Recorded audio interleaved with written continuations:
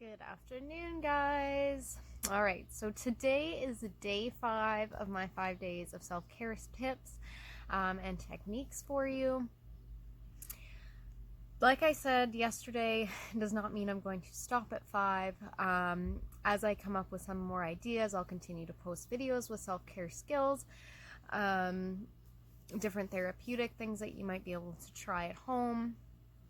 I definitely, like with this topic we're talking about today, there's a lot of different things that we can go into that I'm not going to go into today. But I filmed a video last night about depression and how it works within the brain, and I'm going to share that with you tomorrow. I also would like to do one on stigma. I've had a request to do a video about men and mental health because there's definitely a lot more stigma around that.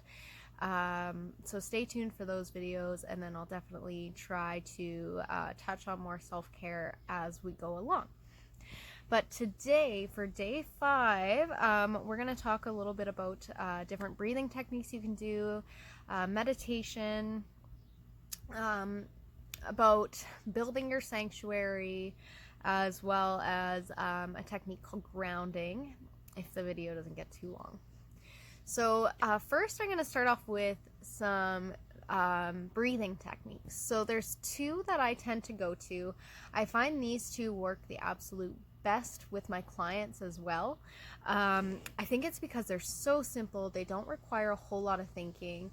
The thing about self-care, as I've mentioned before, it needs to be things that are easy for us to do, because when you're in the middle of an anxiety attack or you're having a really bad depressive state and you're hyperventilating or whatever is happening, you don't have a lot of time to think to yourself, what am I going to do? You can't make a plan in that moment. It needs to be something that becomes automatic for you. So like I said, practicing these skills is what you need to do to make it automatic. So these 2 are super simplistic. They're very easy to remember. And the first one is called 5-finger breathing. So what I'll do with my youth is I'll tell her to hold her hand out in front of her, and usually I'll lead her through. But you should be able to do this on your own, which will be fine. Anyways, what you do, you hold out your hand in front of you. It helps you to visualize what you're doing. You can close your eyes if you prefer, whatever feels more comfortable and better for you in that moment. I use my other pointer finger and I will trace my hand. So you start at the base of your thumb on the outside, and as you trace up very slowly, you'll take a deep breath in. So you go, sorry, I did it backwards. You actually got to do is breathe in through your nose. So you're going to breathe in through your nose, and you get to the top, you hold it for just a second, and then you start to breathe out as you go down your finger, and you're going to breathe out through your mouth. And you're going to follow that same pattern for all of your fingers. So in through your nose as you trace upwards. Pause for a second. And out as you go downwards. So you're going to do that with all 5 fingers until you get to the base of your pinky. Often 1 round will be good enough if you catch an anxiety attack earlier, but feel free to do this technique as many times as necessary. With myself and my client, I find usually 3 times does the trick if we're kind of a little bit heavier. But what this technique does is it allows you to calm everything in your body. So you have to focus on what you're doing. You have movement, you have visualization. They're all things that are going to take you out of that crazy thought process that's going on in your head. And it's actually going to tell your body, hey, it's time to stop producing cortisol, your stress hormone, and it's time to start sending out some relaxing messages to my body. So sending out more serotonin, maybe helping to send out a little bit of norepinephrine or whatever, or even decreasing that. Whatever it may be, it may even be a matter of releasing some dopamine. And dopamine, if you remember, is that natural cannabinoid that's in your brain. that works on your reward pathway and helps to give you a feeling of euphoria. So there's a lot going on when you do a breathing technique. They're so simple, but so powerful. The second breathing technique that I'm going to go over with you is called 4-7-8 breathing. So this one is very similar. You breathe in through your nose for 4 seconds. You're going to hold it for 7, and you're going to breathe out through your mouth for 8 seconds. Super simplistic. Count slowly for that one, and you'll get the best effects out of it. So it's going to look something like this. So we're going to breathe in for 4, hold for 7,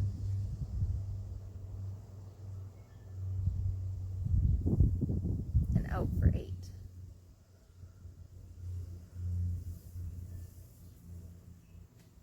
So this one's really good at helping to slow your heart rate.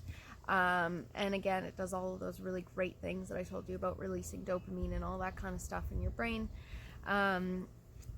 Very powerful. They are my absolute first go-to when I start to experiencing any kind of symptoms, or if I start to notice that my clients or whatever are starting to maybe get a little bit hyper or whatever, maybe out of their ordinary. That's kind of what we'll do first. If you catch it early enough and you practice these things and you start to recognize your triggers, you will be able to stop an anxiety attack or stop a depressive episode before it happens. So anyways, practice those. They are super powerful. The next thing I was going to talk about is meditation. So meditation very much does all of those same things in your body as a breathing technique does, but meditation is better for obviously avoiding that. If you practice meditation, for instance, every morning, it's going to set you in a better mindset, literally, chemically, for your day to get started. So it's very preventative, whereas breathing can be, it could be preventative, but breathing is better to do as well on the fly. Meditation, though, when I start to have an anxiety attack, I'll often throw a meditation on. I will definitely post some screenshots in the video after. I'll edit them in, of my favorite meditations that I have on Spotify. There are tons of meditations on Spotify. I'm just going to share the channels I use with you. I have some for sleep that I use. I even have some like sleep stories that I'll use, so they actually tell you like a bedtime story basically, but the way it's done is very calming and relaxing. So very good to use. With my meditations, I like to add in essential oils. The aromatherapy is very powerful. It does not take very long for the aromas of these to actually help create chemical reactions in your brain as well, which will help you to relax even further. So one of my favorites is frankincense. Again, I use all Young Living oils. So frankincense is a beautiful, it's kind of molassesy smelling in a way. It's made from a resin, and it provides just such a, I don't even know how to explain how calming frankincense is, but just smelling it just automatically for me, because I've kind of trained my brain to know what it does for me because I've used it so often. As soon as I smell it, I get this like instant relief. So just such a great oil to use during meditation. You don't need very much. A couple of drops in your diffuser makes a huge difference. I have a wasp buzzing around me, so if you see me start to run away and panic, that's probably why. Maybe I should smell some of this one. It's called Peace and Calming. So this guy here is called Peace and Calming. This is another one of my absolute favorite oils. It's very citrusy. I can't remember what all we got in it. Let's see. You got orange oil, ylang ylang, which is a floral, and ylang ylang, which is a floral. So orange has been one of my like go-to oils. The one I have found works almost the best for tackling anxiety and depression for me. But along with this guy, it's magical. So I love adding this guy into my diffuser mix for meditation because I do find it so calming. I love this guy in the baths as well. I talked about aromatherapy baths. This is the one I was talking about. It's so gorgeous. Same thing. I've trained my brain to recognize that when I smell this, I'm looking for that calming feeling. And so that's exactly what I get every time I smell it. It's just my favorite. I'm going to sit here and smell it for the whole video. Okay. Next, we have one called Joy. So this one is very floral. I believe it's got geranium. Let me just double check the ingredients on this one. Oh my gosh. So this one actually has quite a bit, but it's definitely floral. So bergamot, which is a citrus. You get the ylang ylang, which is the floral. You get lemon, so lemon, any kind of citrus oils. If you watched my other videos, they actually will help to create those happy pathways we talked about in your brain if you smell them regularly. So that's why this stuff is so good for you, because it will help you to rewire your brain. Really great to use in cognitive behavioral therapy. That's helping you to create those new pathways, but so great to use in meditation for that reason, because you're teaching your brain to how to calm down. You're teaching it skills that it doesn't currently have. You're teaching it how to cope without that serotonin. So really amazing to use these oils, guys. What else do we have in here? Yeah, geranium as well, like I said, and coriander and tangerine. So lots of citrus. It's a beautiful smelling oil. It's not overly powerful. I still only use like 1 or 2 drops in my blends, just because I prefer the citrus smells over the more floral. Another really great one is the eucalyptus. So eucalyptus helps you to breathe deeper. So in meditation, they very much teach you about breathing. That's why it's so good, because it's combining calming your brain, accepting your thoughts, as well as breathing deeply and actually calming your body systems as well. And the last one is called Stress Away. This is the other blend that I told you that I like to use in my therapy or aromatherapy baths. Again, it's a very citrusy smelling. This one is a lot of lime in it. I love putting a little bit of orange. I find the orange I almost find this on its own, just a little bit. It's not my favorite on its own, but it's not awful either. I actually quite enjoy it. But I just prefer it mixed with things. So I like adding some orange oil. There's another oil called Citrus Fresh, which is beautiful with this one. Let me just see. Yeah, so it's the lime oil with cedar wood and lavender. Lavender is very calming, really great to use for sleep, those kinds of things. But because of that calming property that it has, really good to use in meditation as well. Okay, so that's meditation. Obviously I could go into how all of this really works in the brain and that kind of stuff, but I don't want to get too technical. I want to keep it simple this time.